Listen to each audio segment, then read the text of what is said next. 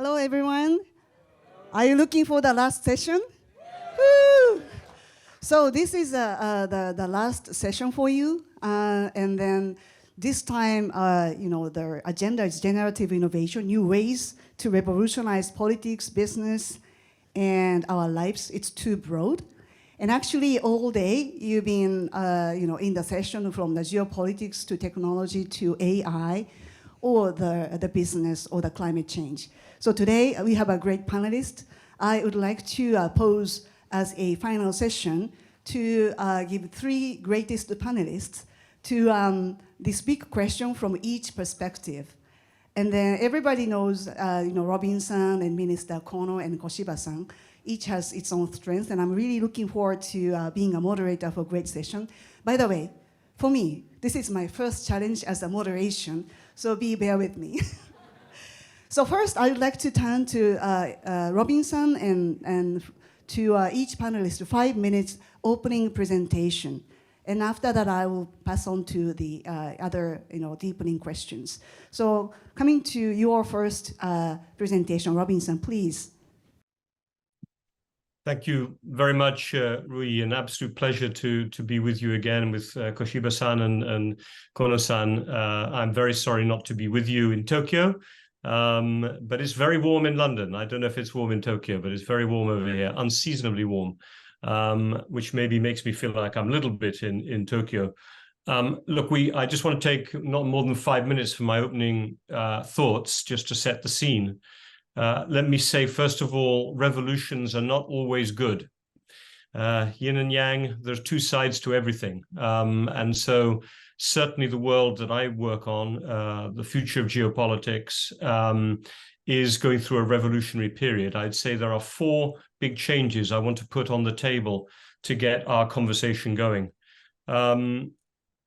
These things may have happened in any case, but they have been accelerated, number one, by President Putin's decision to invade Ukraine, or do a full-scale invasion of Ukraine back in February of last year, of 2022. And I start with that as my first point for the new geopolitics, simply because, sadly, I see no solution to the crisis. We don't have time to talk about it now, maybe in the Q&A, or we can come back to it. But I don't think we're likely to see a peace deal that the two sides can comfortably accept, which means that Europe will be divided for a long time to come.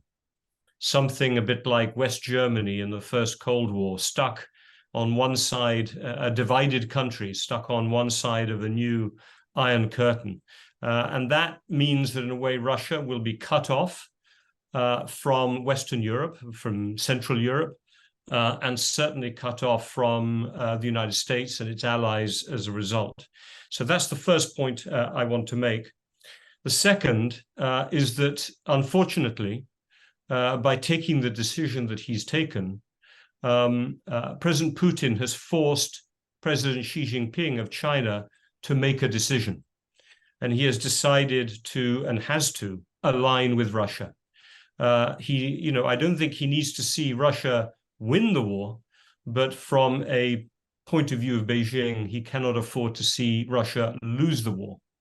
And by aligning with Russia, connecting with him, by seeing the enlargement of NATO in Europe as the same as America's strengthening of its alliances in the Indo-Pacific, in a way, what we're seeing is those two countries aligned and working much more closely together, militarily, doing exercises, including near Japan and Taiwan, economically, much more closely interconnected. Their trade was the highest it's ever been last year, close to $200 billion, investment, etc. So we see a connection there between those two parts of the world.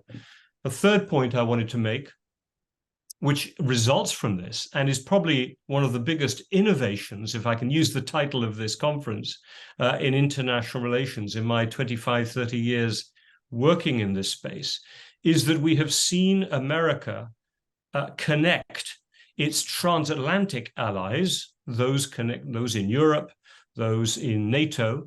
They are being connected and interconnected with America's trans-Pacific allies, which are South Korea, Australia, and in particular, Japan. And for the first time, those two communities, which were very separate for most of my time working in international relations, those two communities are now coming together into a sort of Atlantic Pacific partnership, you could say.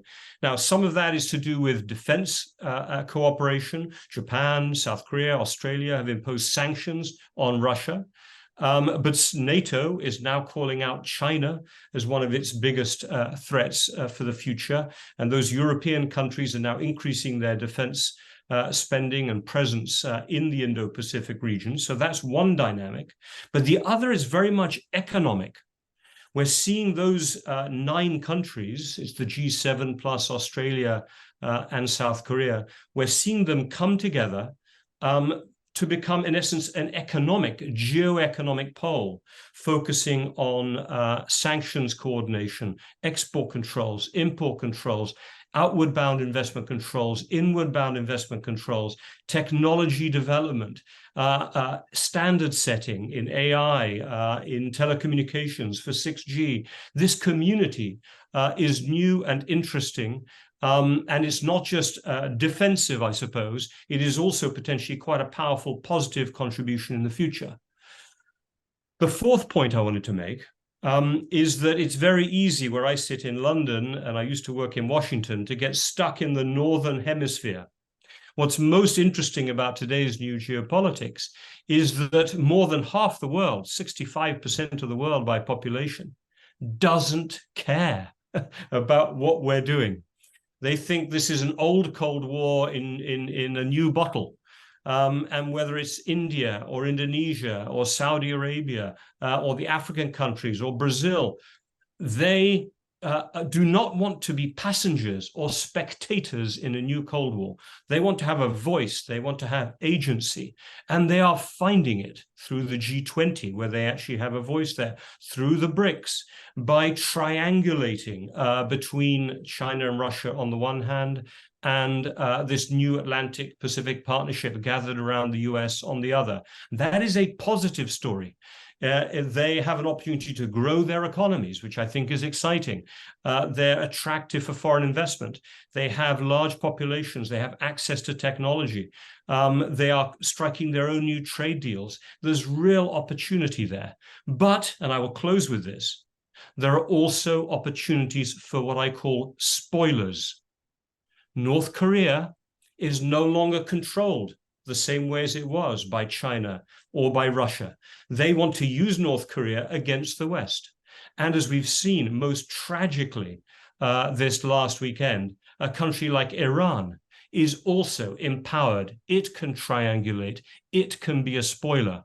And there's no doubt that Iran, at the very least, is providing tacit support for Hamas in its terrible terrorist attack against Israel over the weekend. Those countries, there are countries that are using this moment of geopolitics for opportunity, and there are some that are using it for very, very negative reasons. And we need to be alive to both of these things simultaneously. Rui, I will stop there. Hopefully that's given you enough to get going with.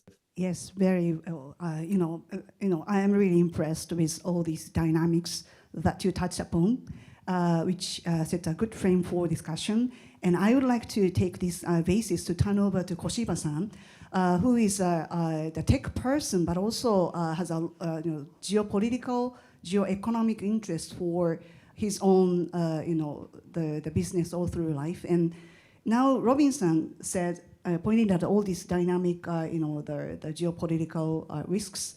But how would you see these things turns out in the future?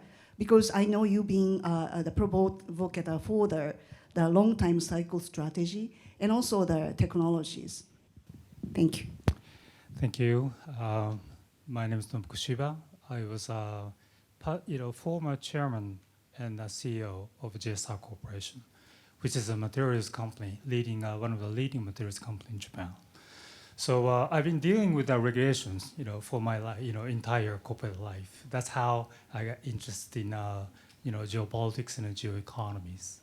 And at the Keizai Doyukai, I've been responsible for advanced technologies and also geoeconomics. So that's where I come from. So I really like to talk about, corporate perspective. because I'm not a politician and I'm not very political measures by education. I'm an engineer, but really I'm looking at really long-term corporate strategies through the lenses of geopolitics and really market and economy, right, and technologies. I'm really looking at through 3 lenses and determine my long-term company strategies. One thing really that which really I became a CEO of a JSA corporation right after financial shock in 2009. So I was kind of wondering how that the world's gonna be, right? Then I met with geopolitics. Then really since that time I've been really using geopolitics in deciding my long-term strategies, and really looking at reading a book by Ian Bremmer or George Friedman. Those are 2 well-known geopoliticians.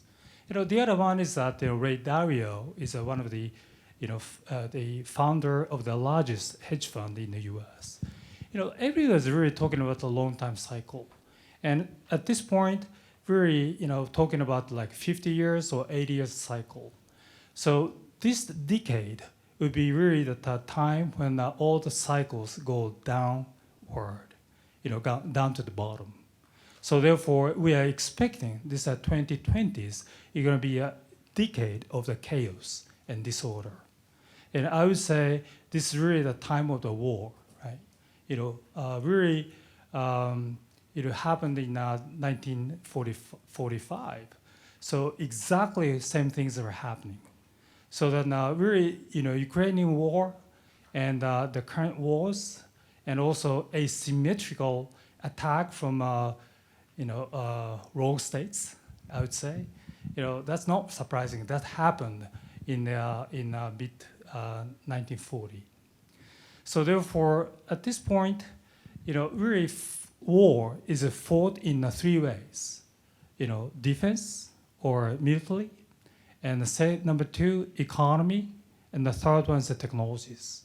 Of course, you really have to increase the defense budget as Japan is doing.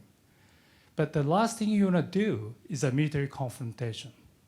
So I do think this war would be fought in 2 folds: economy and technologies. Country like Japan, technology is the most important thing, because we have still scientists, industry, manufacturing technologies. We can leverage all the 3 things to really advance the technologies. And as you know, the Koshiba administration, I would say, they're a little bit underrated, but I think they have done a good job to promote technologies. AI, quantum, biologies. Those are the 3 most important things to transform society. So really, those kind of 3 technologies really I've been looking at. Especially the power of computation is so important for any nations, any companies. So right now that Koshiba administration kindly, supporting our initiative of a quantum, computation. And right now, it's a very important, interesting time. So for corporation like us, we don't know what's going to happen. So I'm telling all the corporate leaders, this is the decade, the time to increase your options, not making decisions quickly. The later decision you make, better decisions you make. So with that, I'm going to stop here. Thank you. I definitely would like to explore why this quantum computation is very important for Japan, and after I will come back to you. And I also would like to know, where Japan is situated in this quantum computation world. Are we in the 5 fingers, or the top, or the delayed? And so I would like to come back later. Is there any technological advancement where Japan can maybe beat the world, or is there any place like with lots of efforts Japan can survive and be prosperous? I'm sure you have lots of answers to it. So coming back to the second round, Robin-san, you've been heard all these discussions, and this comes from the long time cycle, you know, the political cycle plus to a business to deregulation to Japanese, you know, the restructuring of the many, you know, things. If you would like to take up any parts, I watched that you're nodding or like, you know. So, yeah, I will pass it to you. Well, the only thing I disagreed with Kono-san on was that the Premier League is going to be taken over by or defeated by a stronger Premier League in Saudi Arabia. The Saudi Arabians very cleverly, like other people in the Gulf, are just buying up the Premier League.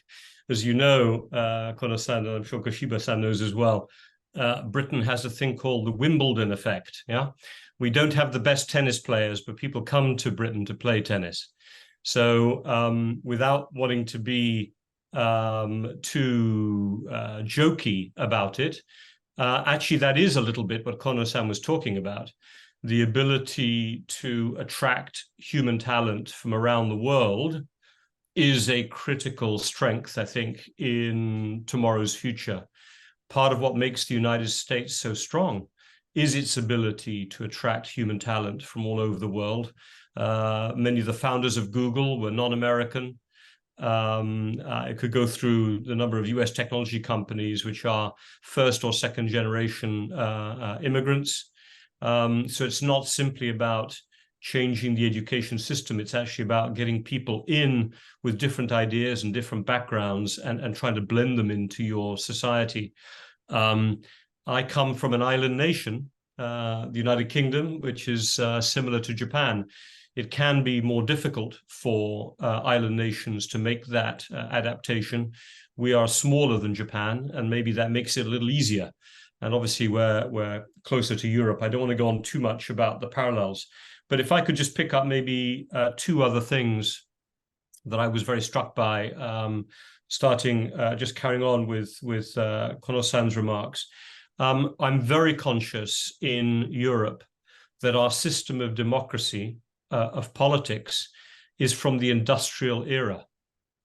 You know, when you divided people up into separate tribes, workers and not workers, or let's say the merchant class, the slightly better off, who wanted lower taxes and more economic openness, and the larger, in those days, worker class that wanted greater protections for worker, greater involvement by the government in the economy.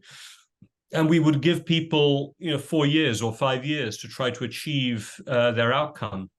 But these days, the idea that you vote for a party every 4 or 5 years strikes me as so slow and so rigid. When people want to be involved in politics in a much more just-in-time manner, not just because they're told to come out every 4 or 5 years to vote in very rigid processes. So this point about online voting that Tara Kono mentioned is a great idea, but that online voting needs to not just be for general elections. Maybe it needs to be for particular aspects of governance that are not foreign policy, or maybe are not big decisions, but could be about aspects of the budget. There's a thing called quadratic voting, where you have the capacity to get multiple people to vote for priorities. This is undertaken in cities in parts of Europe. Barcelona was run on the basic of quadratic voting for what still is, I believe, today. And people become much more involved in the outcomes. They feel they have a connection to politics. So I just wanted to say that very quickly. So I think innovation in democracy, in how politics is run, is going to be absolutely critical if the democracies and this alliance that I described to you before of America's transatlantic and trans-Pacific allies, we can't just sit here defensively against China and against Russia. We need to reinvent ourselves politically.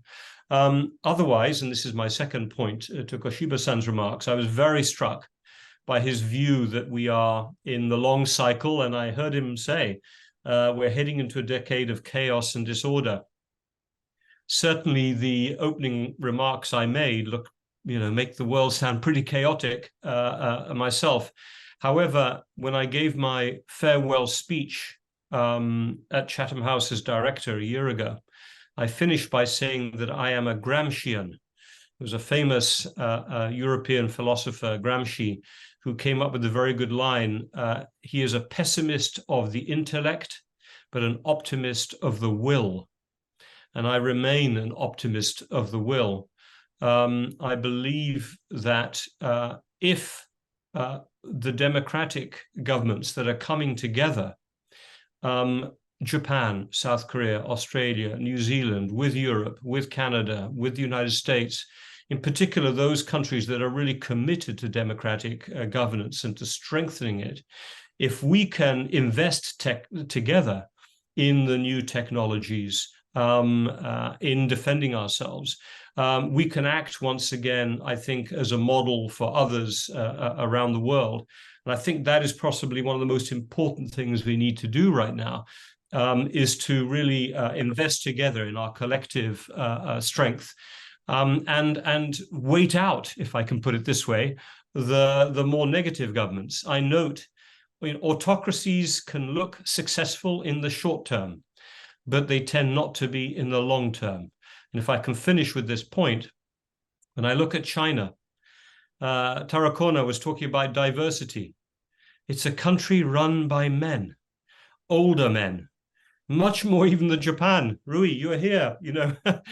Maybe there are not enough Japanese women in parliament and in positions of leadership power, but there is the effort and the desire to change it. In China, it's the opposite. Women's movements and women's groups that are trying to strengthen their power are being crushed.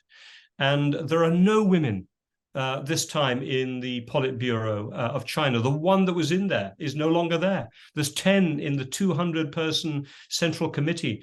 I think this is a weakness, and I think that China will start to reveal its weakness in 5 or 10 years' time. So I'll stop there. Thank you. I also share the same view that Chinese future is not necessarily very positive if the present course goes.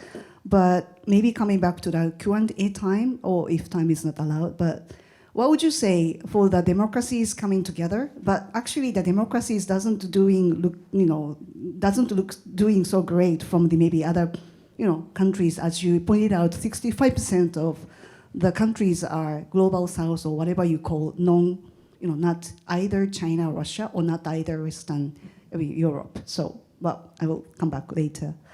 So, Koshiba-san, I'm sure you would like to further explore what you said, and also pose the questions regarding the computing, also maybe longer term cycles. You described a grave presence of the present era, but I'm sure that you see something else in the future, right? Yeah, thank you. Certainly that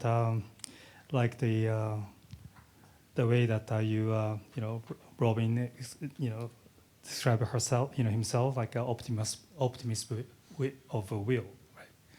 That's very important. And right now, long-term cycle, meaning that there will be upturn, right? So really, when the upturn is coming, normally pretty much toward the end of 2020s or 2030. So that's what's going to happen. So I don't know how, but eventually that's going to happen. But the thing is that the time of tension is very important to bring in innovation. At the end of World War II, right? Then what's available to us?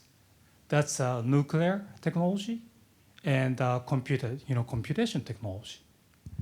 When the Soviet Union fell apart in 1989, what became available to us? GPS, internet. Always, this kind of, the time of the conflict, type of tension, always the people are really investing into technology, initially for military purposes, but eventually it's good for society, right? So that's, I am optimistic about the future. So then really the thing is that speaking of coalitions, like collaboration among the like-minded countries and allies, really computation is so important. And really, at the end of industrialization of new technologies, what matters most is that money and human talents. So as Robin said, certainly that authoritarian states like China, they don't have allies, right?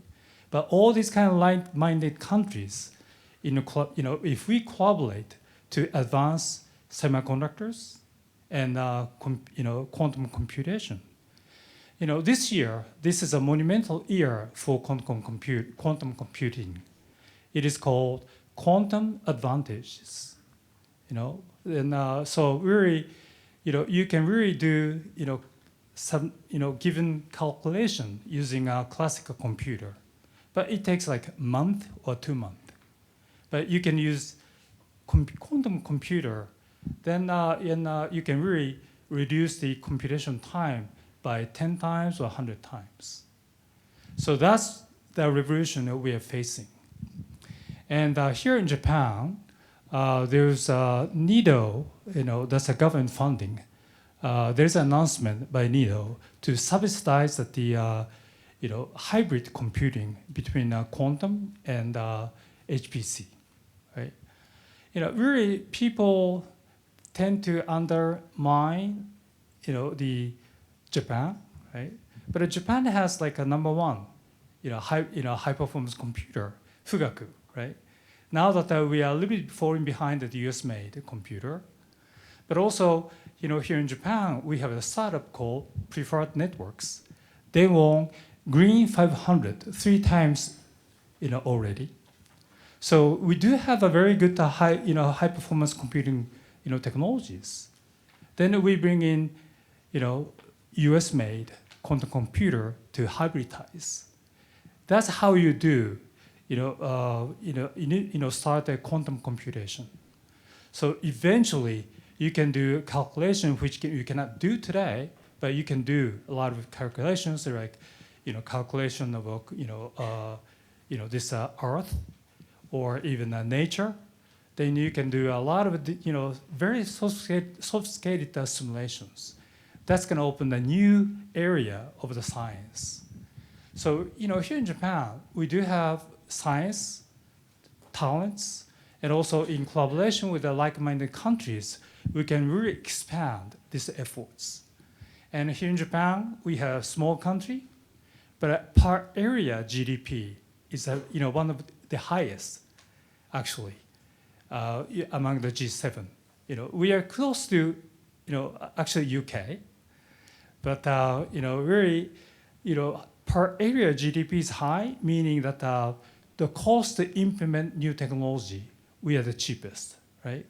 So we really have to go fast in collaboration with the like-minded countries, really that implement a new way of computation in the society, earlier than anybody else. Thank you. The secret is actually, I read his paper before the session, and I'm very struck with the importance of the quantum computation. And I'm not a tech person, but he describes in his, Doyukai's paper that, when now we are using the smartphone, everybody. But before we used our more Galapagos keitai denwa, and then with this, quantum computation will be like the smartphone. Everybody uses this quantum computation in a few years. Then you have to have this quantum computation basis in Japan physically. That is very important. That's what he claims in his paper, and I'm very impressed with that. So I just want to share with you that. How many minutes do we have before? Okay, well, 1 minute before the Q&A session. So for the final was very quickly, each 30 seconds. 30 seconds. Robin? What to say? Just trying to stay with the theme of the conversation.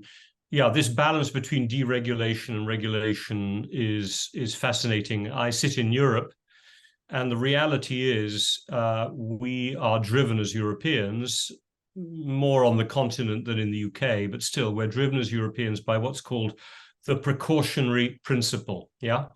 that we worry about the impact that a technological change or an innovation can have before we actually undertake the innovation.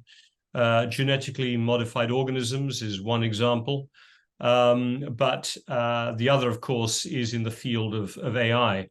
And I think what's going to happen probably in Europe, and this is a reality that I don't know whether Japan has to conclude it as well, we are now, we've missed the boat on developing generative large language model machine learning for AI, I think, in Europe. The scale and the speed at which the United States has moved is going to be impossible probably for us to catch up. So what we now have to do is see if we can use the advantages of the big platforms that America has created in order to be successful for our existing businesses. And in that space, I think Europe can be quite good. So the question is, we have to decide, and I'm less of a technologist than the other two panelists, but my impression is we have to decide where we're going to put the bulk of our effort. And I think we need to use some of the innovations that are being developed in America to do our own new innovations in applications, not try to fight to try to have the core generative AI capacity that I think America and China have probably already stolen the march on. I'll stop there. Thank you. Koshiba-san, 30 seconds. Okay. Really 3 areas to look at. Quantum, AI, biology. And quantum is going to hit everybody after 2028. So I have every reason to believe that is coming. Thank you. Wow, what a session. Did you, how was it? Open up and challenge. I think that is a message from all 3 panelists. Now we are coming to a Q&A session. So anyone who would like to pose a question? Yes. Oh, so many. Okay. Well, I will take 3 first. Gentleman here in the middle and in the left line. And after 3 questions, posing to each panelist. Okay, thank you very much. Very insightful discussion. And I want to ask you about quantum computation. You talked about it, that it's coming. However, we should realize that Japan is quite behind the rest of the world. And Australia made it a topic of national interest. And they are far ahead. Where is the sense of urgency, I would like to say, in this matter? And how is the government involved, maybe for Minister Kono, in supporting the investment in research and in the industry around this topic? This is my question. And the next person, please. Thank you very much. Thank you very much. I'm a permanent resident in Japan. Thank you for having me. I heard about getting the voice of the average Japanese person. I'd like to know what the government's doing to give us, the permanent residents of Japan, a bit of a voice. If there's any plans on the government agenda to maybe give us the vote or something like that, I'd like to hear about that. Thank you. Thank you. I have a question to Koshiba-san. As have been pointed out, Japanese industry have lost its position globally. As a leader of the business sector, how can you make the Japanese industry competitive against? What will be the sectors we can compete, and how can we compete? Because we cannot compete in every field, and we have to do things differently to be more successful. Thank you. Koshiba-san, and after that, Kono-san. Okay, in reply to the first question, Japan is one of the few countries who made their own, our own quantum computer. Certainly we're behind than the US, we are behind the UK, we are behind than China. But we are one of the top groups in Japan. To really use the quantum, we need advanced semiconductors, more than less than 2 nanometer technologies, which Rapidus is going to manufacture. So therefore, of course, we have a lot of missing elements, but we have some chance to really be competitive, especially in collaboration with our like-minded countries. And second one is that, really one area, Japan can be competitive is biology. It's called synthetic biology. Biology has so many different areas, but really synthetic biology is to using a microorganism or bacteria to make fuels. Now one of the math scientists in Japan, they're really looking for the bacteria called hydrogen bacteria that eats carbon dioxide. And he went all over the world to look for this hydrogen bacteria. He found this one in Japan, the Izu Peninsula. So, but this hydrogen, bacteria generate sugar 35 more than corn does. So really, really look, by, just eating carbon dioxide, you can make sustainable aviation fuel, or JSR, our company. Actually, it is a division sold to Ineos. They are successfully making butadiene, which is normally coming from a fossil oil.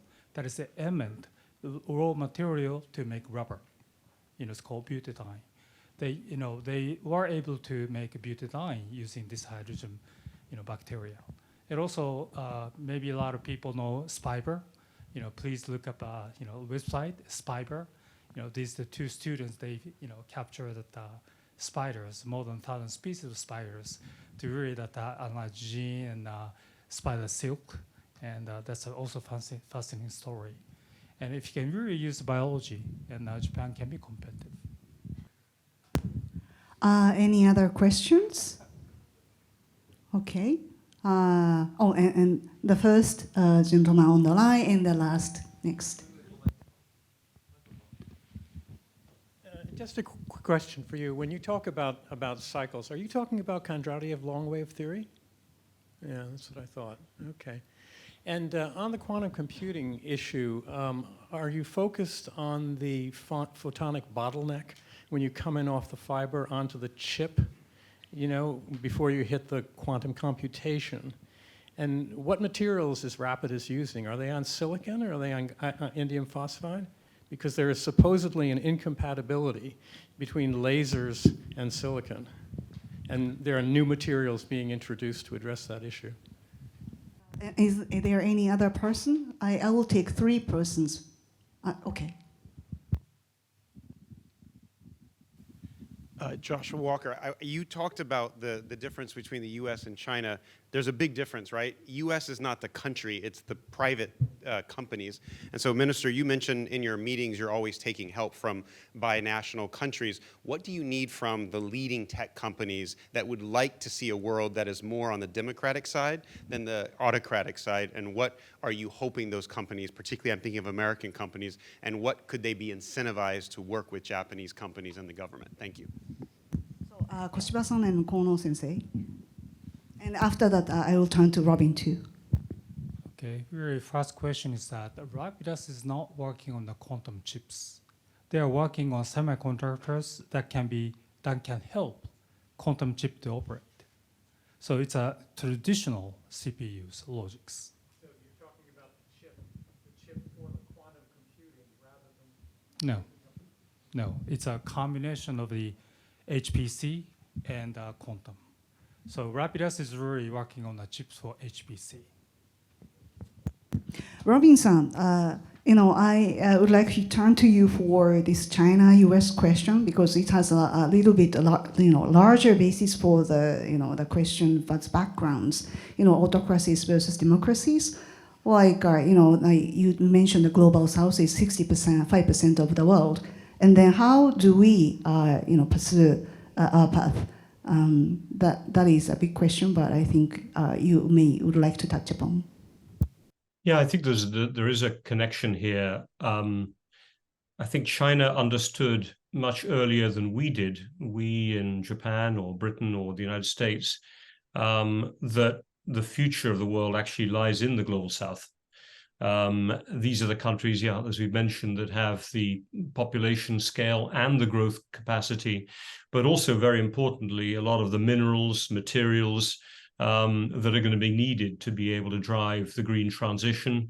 They will be incredibly valuable in the future.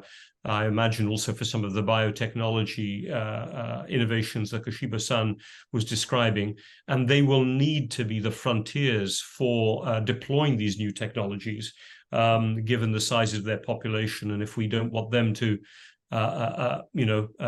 lead to mass migration as a result of the stresses of climate change, which we haven't maybe talked about enough this morning. So if we have that understanding of the importance of the Global South, if we're waking up to it now, in our European and Asian capitals on the democratic side, we need to think about how we're invested in their future. I was very pleased to see the recent G20 summit in New Delhi, which was not attended by Xi Jinping nor by Vladimir Putin, that two important announcements were made.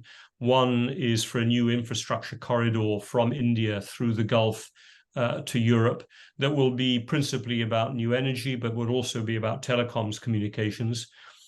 And the other is an investment between the US and the EU, connecting Zambia, the Democratic Republic of Congo, and I think it's Angola, trying to make sure that we're helping those countries develop some of the rare earth minerals and other minerals needed for the green transition, but to actually be involved not just in transporting those out, simply as commodities, but to start investing in the capacity of those countries to do value-added processing, so the jobs are created there, their populations stay, they get wealthier. The China model has been more about extraction. The model that we must undertake as democracies is one of co-investment. And I think if we can bring this more modern approach, certainly to the green energy transition in the Global South, possibly also to the digital transformation of their large cities, then actually there is a win-win opportunity here. That terrible phrase that was overused, should we say, by our Chinese colleagues in the past. But I think that is part of the critical element for the future. Digital transition and green transition are driving the future of this planet. We need to be partners with the Global South in that transition. Thank you so much. You know, now that's 5 seconds to go for this session.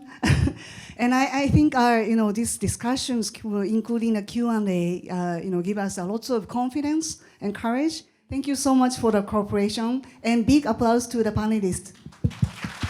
Thank you.